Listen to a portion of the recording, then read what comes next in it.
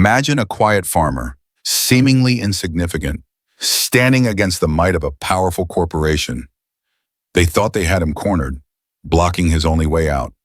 But what they didn't know was his secret, a truth that would unravel their entire empire in 48 hours. You won't believe the shocking revelation that brought an entire community to its knees. Don't miss what happens next. The rumble of heavy machinery shattered the morning quiet, a jarring, metallic growl that vibrated through the very foundations of Earl Branson's ancient farmhouse. For 78 years, Earl had woken to the symphony of chirping crickets and distant coyotes, the gentle creak of old wood settling, and the soft rustle of leaves. Today, it was the guttural roar of 3 monstrous bulldozers, their engines idling ominously at the end of his long, winding dirt driveway.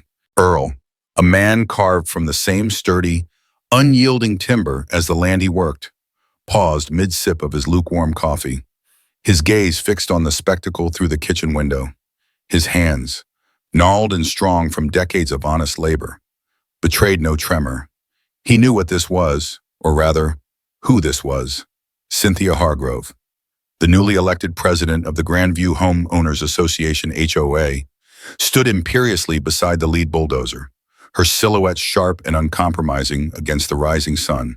She was a woman of ambition, a whirlwind of manicured perfection and unyielding purpose, who had swept into town like a fresh paint-scented tornado, promising progress and prosperity. To her, Earl Branson was an anachronism, a stubborn, dusty obstacle to the sleek, modern future she envisioned for Grandview. His sprawling, unkempt farm, with its crooked fences and ancient barns, sat squarely in the path of her most ambitious project, the Grandview Gateway Commercial Plaza, a gleaming monument to retail and luxury housing.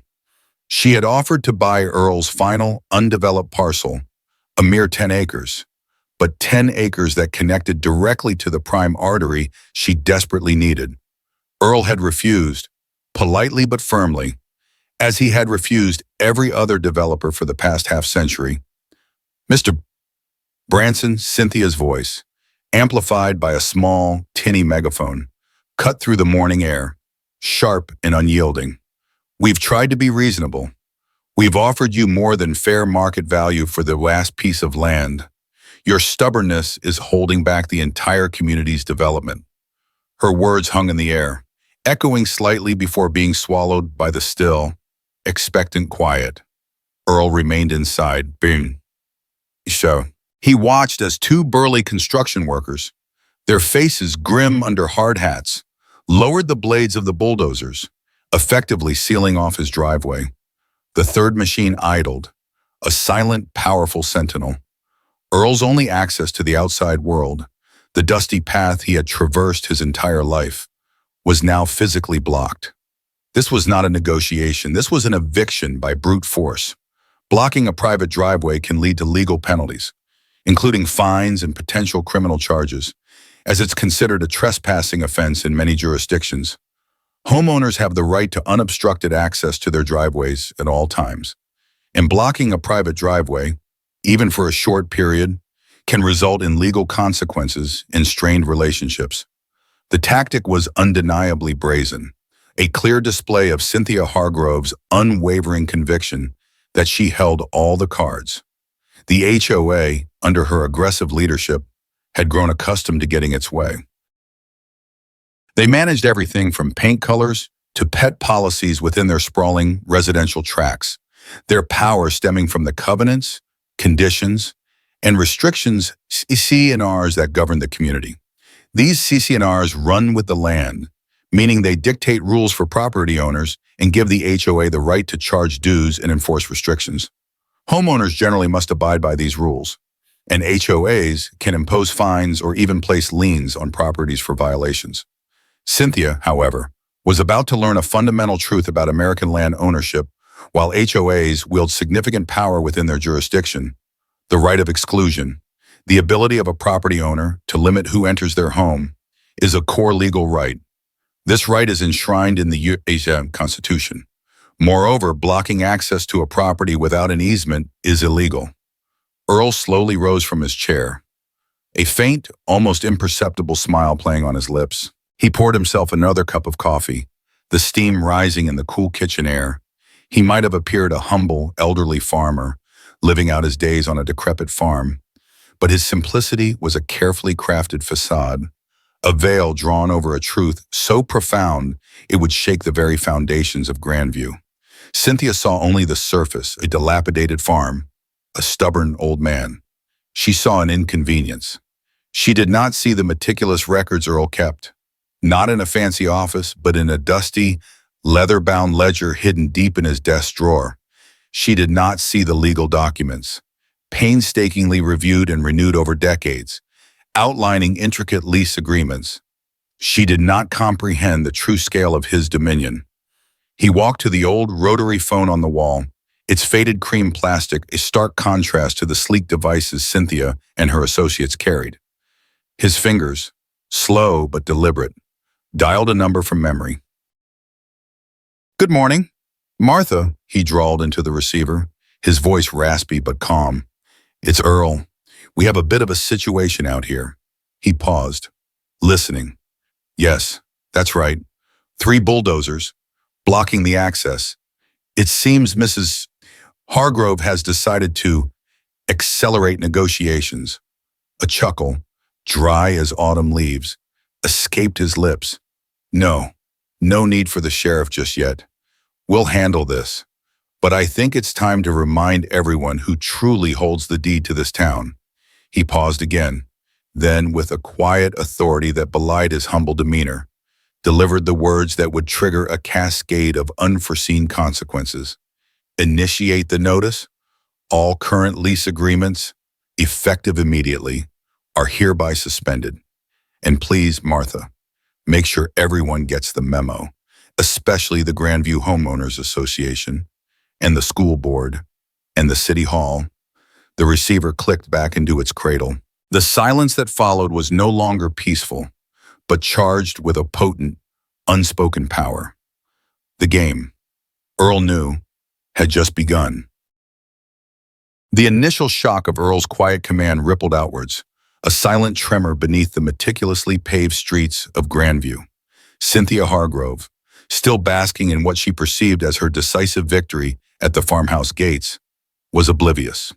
She had dismissed Earl's silence as resignation, his calm demeanor as the bewildered reaction of an old man out of his depth. She ordered the bulldozer operators to maintain their blockade, a visible declaration of HOA dominance, and then departed, confident that by noon, Earl Branson would be begging to sell. But Martha, Earl's longtime legal assistant and the sharp, unflappable guardian of his sprawling, discreet empire, wasted no time. Her office, a modest affair tucked away on a quiet street downtown, became a hive of synchronized, ruthless efficiency.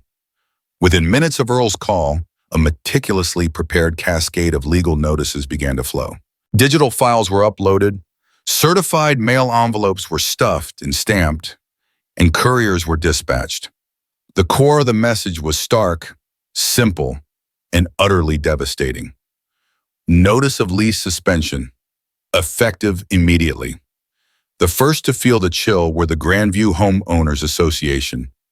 Ironically enough, their central administrative building, a sleek, modern structure boasting a grand lobby and state-of-the-art conference rooms, suddenly found itself served with a formal notice of lease suspension.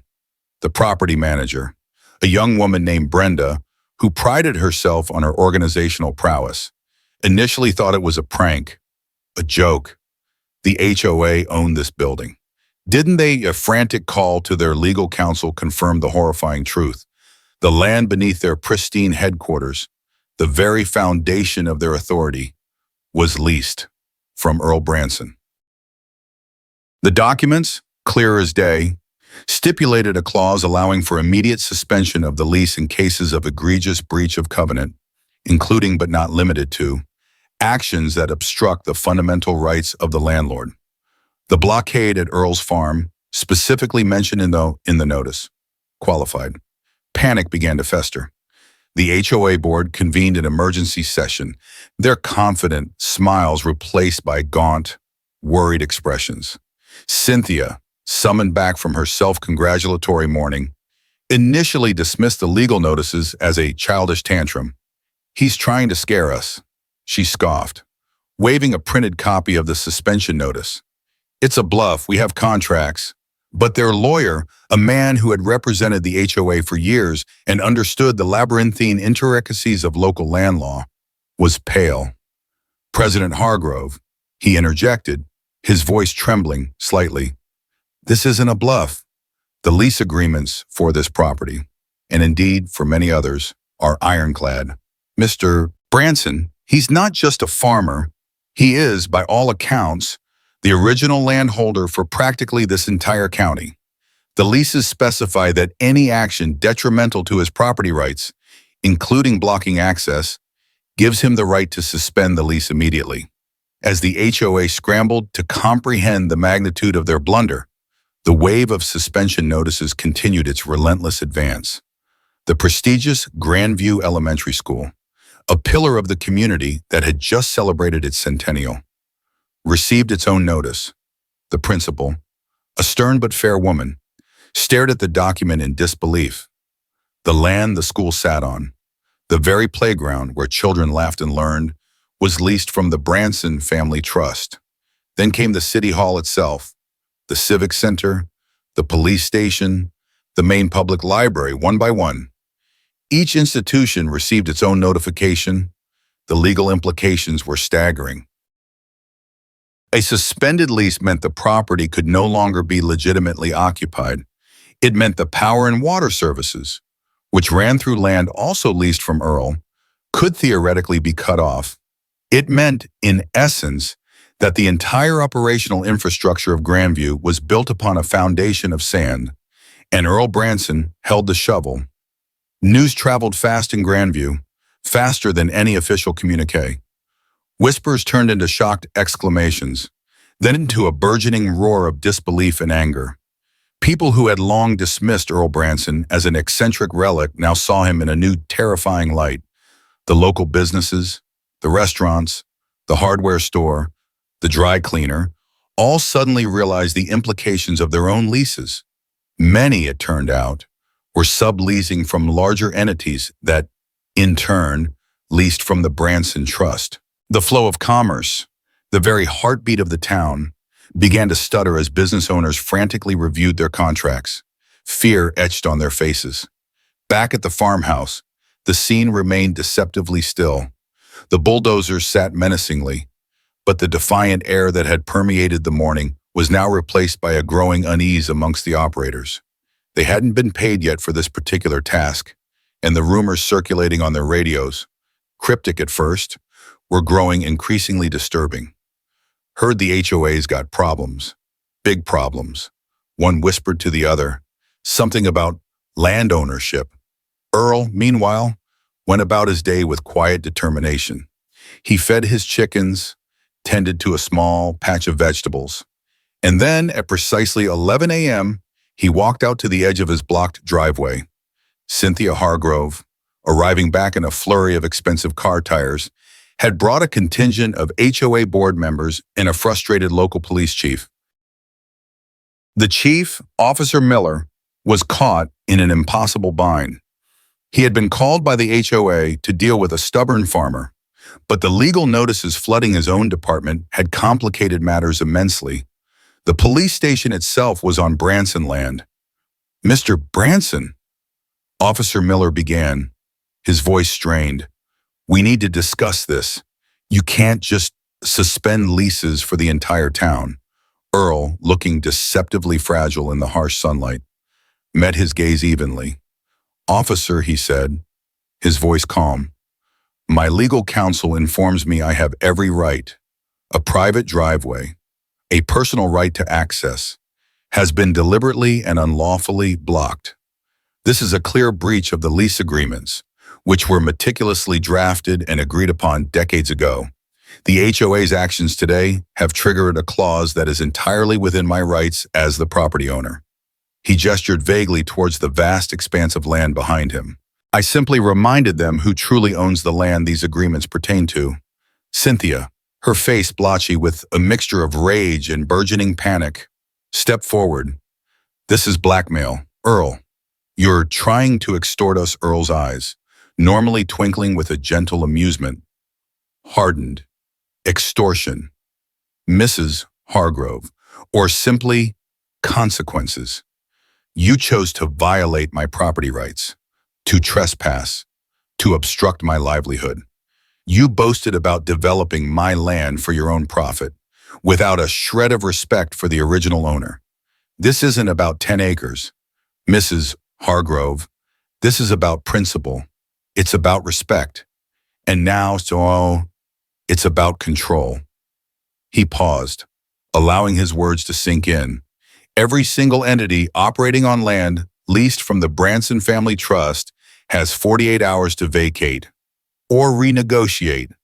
The terms will be significantly different. He turned and walked back towards his farmhouse, leaving behind a scene of utter pandemonium. The bulldozers, once symbols of Cynthia's power, now seemed like foolish, inert toys, trapped in a rapidly shifting landscape of power. The true twist had been revealed. Earl Branson was not just a farmer, he was the landlord of Grandview. The ensuing 24 hours in Grandview were a maelstrom of confusion, fury, and dawning dread. Cynthia Hargrove, who had so confidently declared Earl Branson an anachronism, now found her carefully constructed world crumbling around her.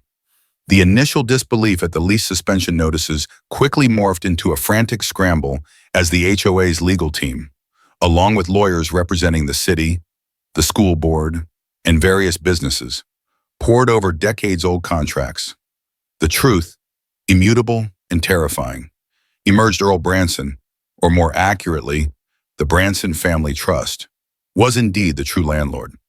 The details were arcane, rooted in the very founding of Grandview itself. Generations ago, the Branson family had been the original homesteaders, their vast land holdings predating the town's incorporation.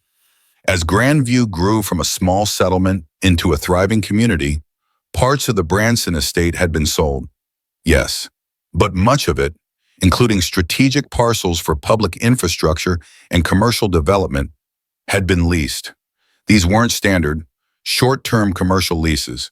They were long-term, meticulously drafted agreements, some spanning 99 years, with specific clauses allowing for immediate lease suspension in cases of direct harm or obstruction to the primary landholder's property. Earl's family, particularly his grandfather, a shrewd but quiet visionary, had foreseen the potential for future conflicts and had woven intricate legal protections into every document. The HOA, in its aggressive expansion and disdain for tradition, had unknowingly triggered a contingency clause that had lain dormant for generations. The first palpable wave of panic hit the businesses. The Grandview Galleria, a gleaming, recently constructed shopping mall that was the jewel in Cynthia's economic development crown, received its notice. Its anchor stores, a national department store chain, a popular electronics retailer, and a bustling supermarket, suddenly faced the prospect of operating on illegally occupied land. The managers of these stores, used to the smooth, predictable flow of corporate operations, were in an uproar. Their corporate legal departments, based hundreds or thousands of miles away, were baffled. Who is Earl Branson, they demanded, incredulous. We have a perfectly valid lease with Grandview Development Corporation, only to be informed that Grandview Development Corporation itself leased the land from the Branson Trust. The dominoes began to fall. Suppliers hesitated to deliver goods, fearing they would be caught in a legal quagmire. Customers, hearing the increasingly alarming news reports and seeing the sudden scarcity on shelves, began to panic buy. The bustling Galleria, once a symbol of Grandview's prosperity, began to resemble a ghost town. At the Grandview Elementary School, the situation was even more dire. Parents, alerted by frantic emails from the school district and the chilling possibility of immediate closure, flooded the school grounds. Children, sensing the palpable anxiety of their elders, clung to their parents, their faces confused. The school board, utterly humiliated, held a televised emergency meeting. The superintendent, usually a picture of composure, stammered through an explanation of the unforeseen legal complications regarding the school's land lease. The public outcry was deafening. How could the school, a public institution, be so vulnerable? How could decades of seemingly secure operations be undone by one old farmer? The answer, chillingly, was simple due to generations of negligence and a willful disregard for historical land rights. The entire educational infrastructure of Grandview sat on land. Earl Branson could, with a stroke of a pen, reclaim the city hall, now besieged by angry citizens and frantic media, descended into chaos. Mayor Thompson, a man who had always relied on Cynthia Hargrove's aggressive fundraising and political maneuvering, found himself in an unenviable position. His office, the council chambers, even the very streets outside, all part of the Branson Trust's leased domain. The city attorney, a nervous woman who had tried to warn previous administrations about the potentially precarious nature of some of the older leases, was now in high demand, her ignored wisdom suddenly invaluable. She explained with grim precision that while the city had eminent domain powers, using them against a private citizen for the land dispute of this scale, especially one rooted in such long-standing, clear contracts, would be a legal and political nightmare, likely tying up the city in court for decades and costing millions. It would be a declaration of war against the very foundation of their community. Cynthia Hargrove, barricaded in her increasingly isolated HOA office, was a portrait of unbridled fury. Her carefully constructed facade of power and control had shattered. She paced frantically, barking orders at her dwindling staff, most of whom were already updating their resumes.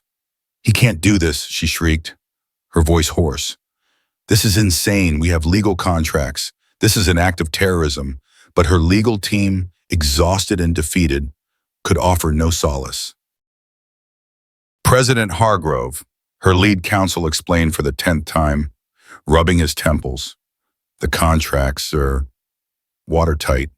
Mr. Branson's family meticulously protected their rights, and the clause allowing for immediate suspension due to obstruction of property access is, well, it's indisputable.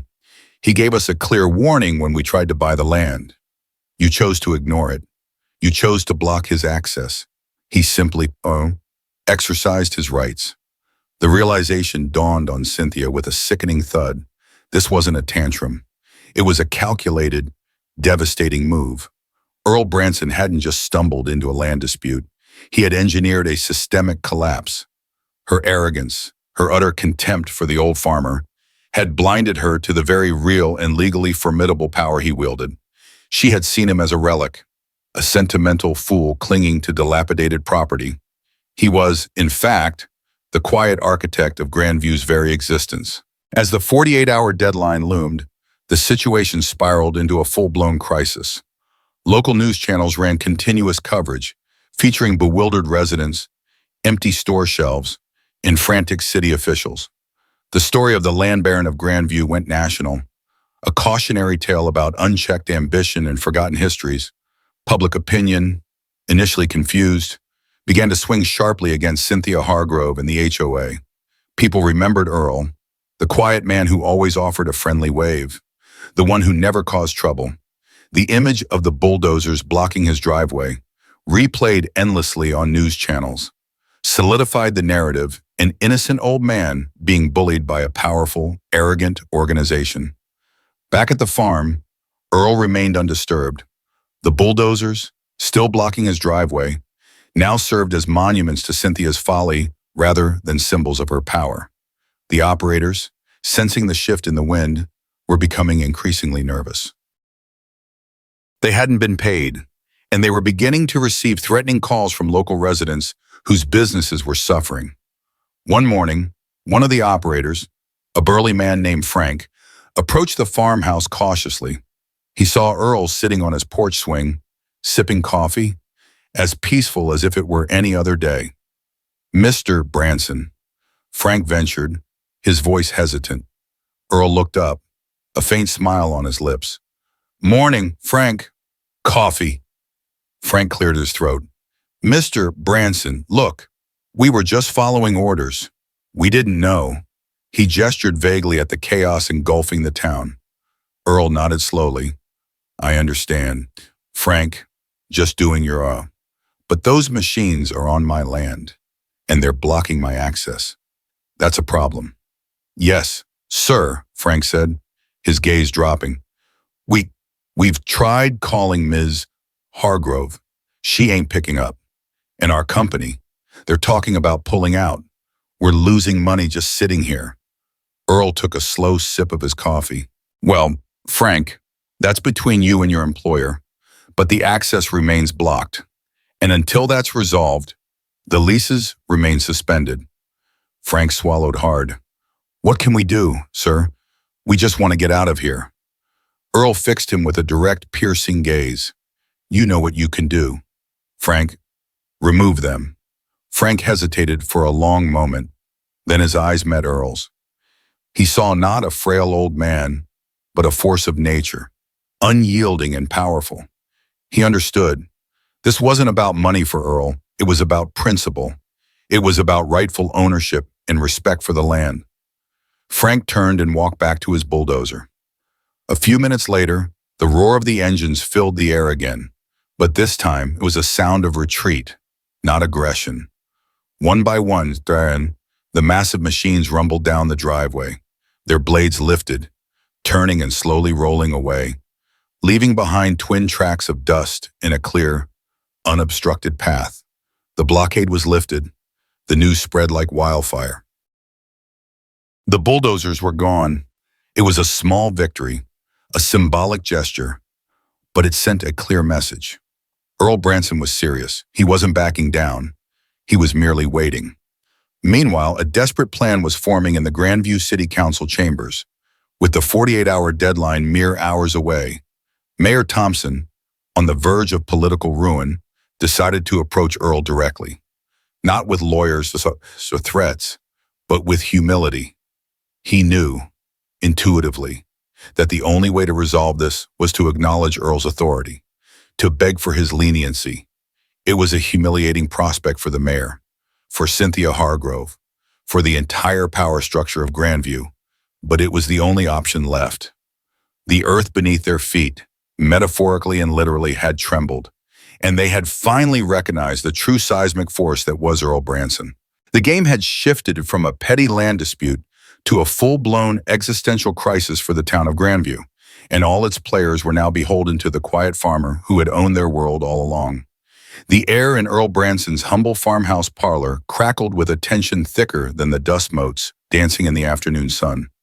Mayor Thompson, his usually jovial face etched with profound anxiety, sat stiffly on the edge of an antique armchair, an almost comedic picture of civic authority brought low. Beside him sat Officer Miller, the police chief, whose stoicism seemed to be cracking under the immense pressure, and a grim-faced city attorney, Ms. Albright, who had traded her usual sharp courtroom attire for a suit that seemed to wilt with the weight of Grandview's impending collapse. Opposite them, on his worn but surprisingly comfortable recliner, sat Earl. He was dressed in his customary plaid shirt and overalls, a picture of tranquil solidity amidst the storm he had unleashed. A half-empty cup of coffee steamed gently on the small table beside him. He offered no pretense, no flourish, just a quiet, expectant gaze. Mr. Branson. Mayor Thompson began, his voice surprisingly subdued, stripped of its usual political bluster. He cleared his throat, searching for the right words. We are here to discuss the current situation. The city of Grandview, it's in dire straits. The notices you issued, they've brought everything to a halt. He gestured vaguely, as if to encompass the entire paralyzed town. Earl nodded slowly, his eyes never leaving the mayor's. I am aware, sir. Mayor, I regret the disruption, but my actions were a direct consequence of the Grandview Homeowners Association's rather aggressive tactics, blocking my access, trespassing on my property, threatening my livelihood. These were not minor infractions. Ms. Albright, the city attorney, interjected, her voice tight with professional strain. Mr. Branson, we acknowledge that the HOA acted outside the bounds of appropriate conduct. However, the comprehensive nature of your lease suspensions, it affects vital public services. Our schools, our municipal offices, even emergency services are on the brink of being unable to operate. The implications for public safety and welfare are immense. Earl leaned back, a faint, almost imperceptible smile touching his lips. Indeed, Mr. Albright, immense. And that, I believe, is precisely the point. For decades, my family has quietly upheld its end of these agreements. We've been content to live our lives, to manage our lands, to allow this town to grow around us. But respect, like a well-tended field, requires constant cultivation. And for far too long, the leadership of Grandview, particularly its more recent iterations, has operated with a distinct lack of it. His gaze shifted to Officer Miller. Chief, you understand the principle of private property, do you not? The right to quiet enjoyment, to unimpeded access. These are fundamental. Officer Miller, caught between his duty to the city and his inherent understanding of property law, nodded grimly. Yes, Mr. Branson, I do. And the HOA's actions were problematic, to say the least. Problematic, Earl echoed, his voice rising slightly, losing none of its calm resonance. They were an act of outright aggression, an attempt to strong-arm an old man off his land. For what? For a retail park. A Grandview Gateway commercial plaza that would pave over the very soil my ancestors tilled, all under the guise of community development. But a community built on disrespect, on the erasure of history, on the violation of fundamental rights. That, Mayor, is no community at all. Mayor Thompson wrung his hands. We understand, Mr. Branson, we truly do, and we apologize, on behalf of the city, for any oversight or disrespect shown. Our primary concern now is to find a path forward, to ensure the continuity of essential services, to bring stability back to our residents. Stability, Earl mused, a worthy goal, but stability, Mayor, must be built on truth, on fair dealing, on mutual respect. He paused, allowing the gravity of his words to settle. The HOA, under Ms. Hargrove's leadership, has shown none of these. Their entire approach has been one of arrogance, of entitlement. At the mention of Cynthia Hargrove, Mayor Thompson visibly flinched. Cynthia Hargrove's actions were hers alone. Mr. Branson, the city had no part in her particular methods. Indeed, the City Council has already scheduled an emergency vote of no confidence for her position as HOA president, and we are working to formally censure her and remove her from any advisory roles within the City Planning Department. We believe she acted unilaterally and beyond her authority. This was a critical admission, a concession of unprecedented magnitude. Earl's expression remained unreadable. A censure, a vote of no confidence. These are political maneuvers. Mayor, they do not address the fundamental breach of contract, nor do they address the public suffering caused by this debacle. Ms. Albright, seeing an opening, interjected, Mr. Branson, what would it take? What terms would satisfy you to lift the suspensions to allow Grandview to function again? Earl finally looked at her directly, his gaze piercing. The terms are simple, Ms. Albright, and they are non-negotiable. He took a slow sip of his coffee. Firstly, the Grandview Homeowners Association, as it is currently constituted, must be dismantled. Its entire leadership, starting with Miss Hargrove, must be permanently removed from any position of authority, public or private, within this town. Their reckless disregard for established legal principles and private property rights is a poison to the community. Mayor Thompson's eyes widened, but he nodded slowly. This was a drastic demand, but after the public outcry and the sheer scale of the crisis, it was not entirely unexpected. Cynthia Hargrove's political career, and indeed her social standing in Grandview, was already in tatters. Secondly, Earl continued, his voice firm. A full public apology must be issued by the city, specifically acknowledging the wrongful obstruction of my property and the subsequent distress caused. This apology must be broadcast on all local news channels and printed in the largest circulation newspaper. For a full week, Miss Albright began to protest. A public apology of that magnitude, but Earl raised a hand, stopping her. It is a matter of restoring honor, Miss Albright, and trust, something Grandview has sorely lacked in its recent administration. Thirdly, Earl continued, all future development plans within Grandview that involve land currently or historically associated with the Branson Family Trust must first be submitted to me, personally, for review and approval.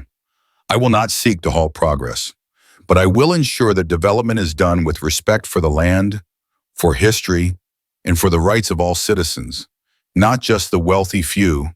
This was a move to reclaim control, a quiet assertion of his continuing stewardship over the land that defined Grandview. And fourthly, Earl said, his voice dropping slightly, becoming even more resonant, the lease agreements for the school, the city hall, the police station, and all essential public services will be renegotiated, not at exorbitant rates, for I am not a greedy man, but at fair market value, reflecting the true worth of the land, and with specific, robust clauses protecting against future interference.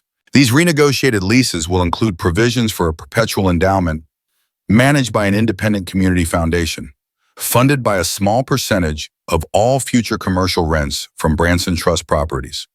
This endowment will be dedicated to preserving Grandview's historical landmarks, funding educational programs that teach civic responsibility and land stewardship, and supporting local farmers and small businesses. This was the true genius of Earl's plan. He wasn't just punishing, he was rebuilding, establishing a legacy of responsible growth and community support. He was ensuring that the very prosperity Cynthia Hargrove had chased would, in part, fund the values she had so carelessly disregarded. Mayor Thompson, initially overwhelmed, now saw a glimmer of hope. And if these terms are met, Mr. Branson, the suspensions will be lifted immediately. Earl confirmed, and I will personally ensure that all future agreements are honored. My family's word, Mayor, has always been its bond. The delegation left Earl's farm hours later, exhausted but with a fragile sense of relief. The bulldozers were gone, the pathway clear, but the debris of arrogance remained.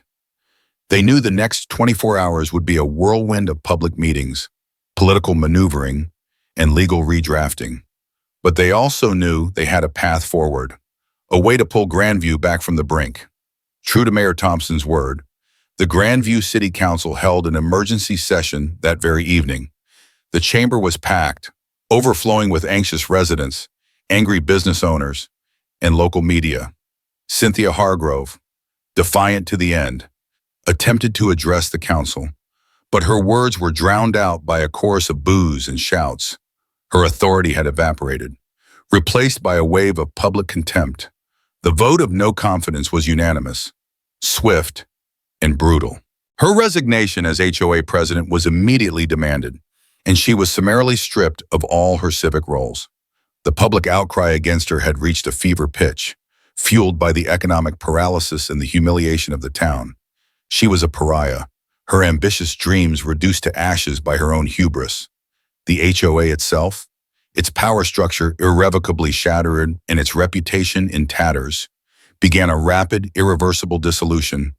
Its covenants, conditions, and restrictions, once ironclad, were now seen as symbols of its tyranny, and residents began moving to dissolve it entirely, returning power to individual property owners and local government. The public apology, as demanded by Earl, was indeed broadcast and printed, a humbling spectacle for the city's leaders. Mayor Thompson, pale but resolute, read a prepared statement, acknowledging the city's role in allowing the situation to escalate and publicly apologizing to Earl Branson for the disrespect shown. The visual of the mayor, on his knees metaphorically, was a powerful symbol of the town's reckoning. Over the next few weeks and months, Grandview slowly, painfully, began to heal. The new lease agreements were drafted and signed, with Earl's legal team ensuring every clause reflected his vision for a balanced, respectful future. The Branson Land Stewardship Endowment was established, its first major contribution coming from the new equitable lease payments. It began funding initiatives to restore Grandview's historical Main Street, establish community gardens, and provide scholarships for local students pursuing agricultural sciences or urban planning. Earl Branson, the quiet farmer, never sought public accolades. He returned to his routine, tending his farm, watching the seasons turn, but his quiet strength had fundamentally reshaped Grandview. The town that had once been on the brink of collapse was now rebuilding, not on the shallow promises of unchecked development, but on a foundation of respect, history, and communal responsibility. The lesson of the land baron was clear. True power was not about flashy displays or arrogant assertions, but about deep roots, unwavering principles, and a quiet understanding of the interconnectedness of all things. Cynthia Hargrove, now a disgraced and isolated figure, occasionally drove past Earl's farm, seeing the clear, unobstructed driveway and the old man sitting on his porch swing. She saw not just a farmer, but the quiet architect of her downfall, the gentle hand that had, with a single devastating bomb, reaped a harvest of humility. Grandview had been reminded that the land, and those who truly understood it, always had the final say. The tale of Earl Branson reminds us that true power isn't always loud or flashy. Sometimes it's quietly held, waiting for the right moment. Cynthia Hargrove learned that the hard way, as her empire crumbled under the weight of her own arrogance. Thank you for joining us on this dramatic journey of unexpected vindication. If you were captivated by Earl's quiet strength, please like this video, subscribe for more stories, and share your thoughts in the comments below.